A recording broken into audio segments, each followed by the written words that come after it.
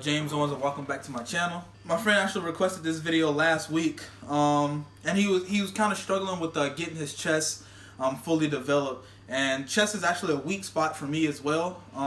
Actually, my right side kind of sags a little bit more than my left side, so I do a lot of research and I do a lot of practice with how to get my chest more balanced and how to get a fuller chest. But first, I'm going to go over a little bit of the anatomy of the chest, like how the chest fibers actually look.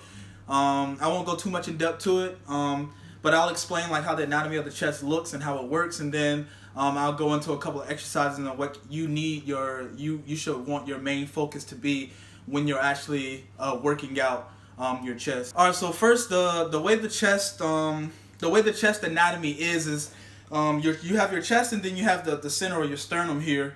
And the way that the chest fibers work is they start at the sternum and then they stretch outward. So if you hold your arm up this way like this, your chest muscle fibers, they actually begin here. They're connected here at your sternum, and then the chest fibers kind of stretch out this way, and then they come and then they connect into your shoulder. So with that in mind, we're going to go over a couple things to kind of keep in mind when you're actually doing your exercises. So first, if you look and you see, obviously if my chest fibers start at the sternum and they stretch outward, the more I turn my arm outward, I'm stretching the muscle. All right, and then the more I bring my arm inward like this, that's contracting the muscle, and the contraction is what you want when you're actually lifting weights or when you're training your chest. So a lot of people don't really understand the anatomy of a muscle group, and I think that should be like pretty much the foundation of your exercising. You should know the anatomy of the muscle group, so in turn you know what exercises kind of work that muscle the best. So with that knowledge that we currently have, that the chest muscle fibers start at the sternum and they stretch outward, with that knowledge we can now understand like which exercises work better in contracting and putting pressure on that muscle. So with that being said, I think maybe my number one exercise for maximizing my chest gains are chest flies. This can be dumbbell or this can be cable flies. I actually prefer cable flies. It puts a little bit less strain on my delts and on my rotator cuffs.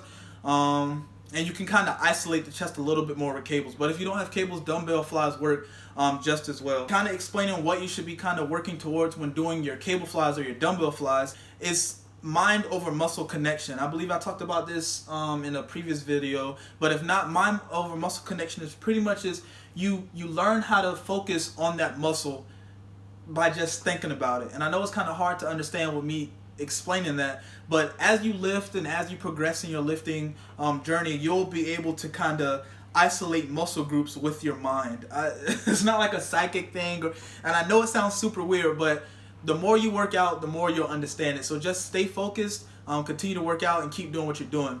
So in order to optimize our chest gains, we want to bring weight towards the center. All right, that's how you get the contraction of the chest. Outward will stretch, bringing it in will contract. So if you think about a fly, a push, a press, anything, when you start here, you're stretching it, and then you push, and you're bringing it in to contract. But a better way to do that, especially with cable flies, this is why I love cable flies so much, is you can optimize that extension by crossing. And once you cross, you'll feel more of a pump, more of a contraction in your chest. Obviously, you want to do a variety of exercises for the chest, and I think cable flies is something that you should not do chest without. You should always include cable flies in your chest workout.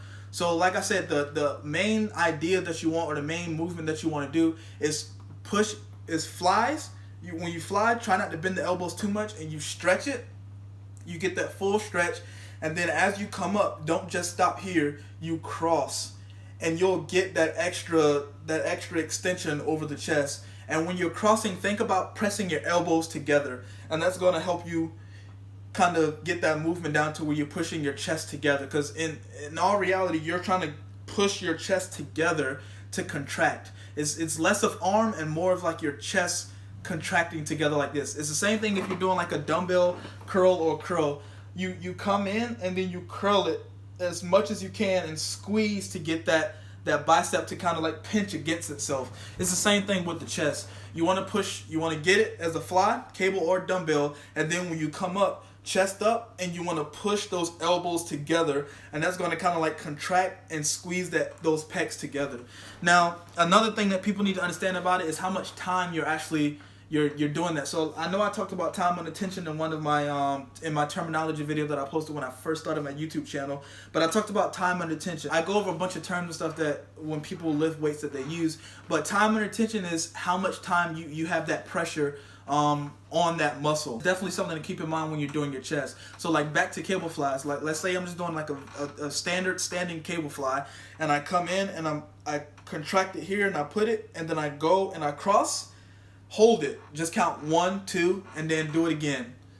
1, 2, do it again. And that time under tension is what helps fatigue that muscle. We all know fatiguing is building of lactic acid in the muscle. Eventually that just leads to muscle growth. So what we know about the anatomy of the chest, we know that the muscle, the fibers start here at the sternum and they stretch outward and then reconnect here. So you want to optimize it by contracting here, overextending, crossing those arms, and then keeping that tension under there for a couple seconds before you stretch it and then do it again. And I think if you incorporate these tips to your chest workouts, it's going to make your workout a lot better for you, and you're going to feel a lot more strain in your chest. That's kind of just like an overall view of pretty much one exercise, cable flies. If you're lacking on chest, I would suggest adding cable flies or dumbbell flies to your workout. Now, if you already have cable flies, you add it to your workout and you still feel like your chest is lacking a little bit, another thing I suggest is upping the weight a bit more and doing lower reps. So for size, I recommend anywhere between 6 to maybe 10 reps, maybe 10. I would say 6 to 8 for size and strength. But if you're just doing a lot of reps and even if you're doing it right, like you mind over muscle connection, and you're doing 20, 30 reps, that's going to fatigue your muscle, but it's training for muscle endurance. And muscle endurance is just the amount of reps that you can do with a certain weight, which is fine, that's good, but you should also mix it up a little bit and do power reps. Power reps are going to give you that mass, going to give you that thickness, going to give you that size.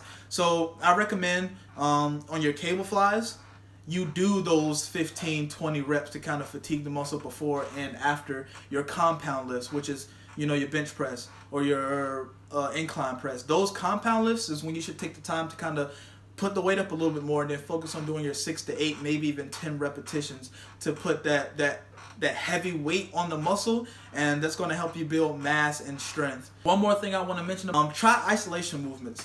You can do single arm dumbbell flies, or even if you have like plate loaded machines, we have a lot of those at our gym. Just a couple sets, you just do one arm or one pec individually, and that's going to take away the burst of energy when you're using both arms versus you just kind of just sitting there and concentrating on one pec at a time. Depending on how laggy or how different your pecs are, I think that should dictate how much effort you put into the single arm exercises. So I can't give you a 2 sets left arm, 2 sets right arm. However much you feel like you need for that pec to catch up to that other one is how much you need to be putting in. I used to use the weekends to kind of help critique my weak points. Now, since the gyms are closed on the weekends, I kind of have to squeeze those critiques into my actual workout. So 1 set or 2 sets of cable flies and plate loaded machine press is dedicated to a single arm, just so I can ensure that my pecs are going to become more even and I look more symmetrical. But yeah, those are the tips I have for you guys as far as getting your chest, optimizing your chest gains. I know someone requested an ab video on my Facebook. I'll make sure I drop my link to my Facebook in the description, so you guys can contact me through that if you guys have any questions or anything. But my next video will be an ab video. I believe he asked questions on how to target the lower abs, but I'll go over the anatomy of the abs and what are the best ways to optimize your ab gains. But that's all I got for you guys for chest, man. I hope you guys like. Don't forget to hit that the like button, subscribe button, and hit the bell so you're notified of when I actually upload my other videos. If y'all ain't got nothing else, I ain't got nothing else. It's James Owens, your boy, and I'm out. Peace.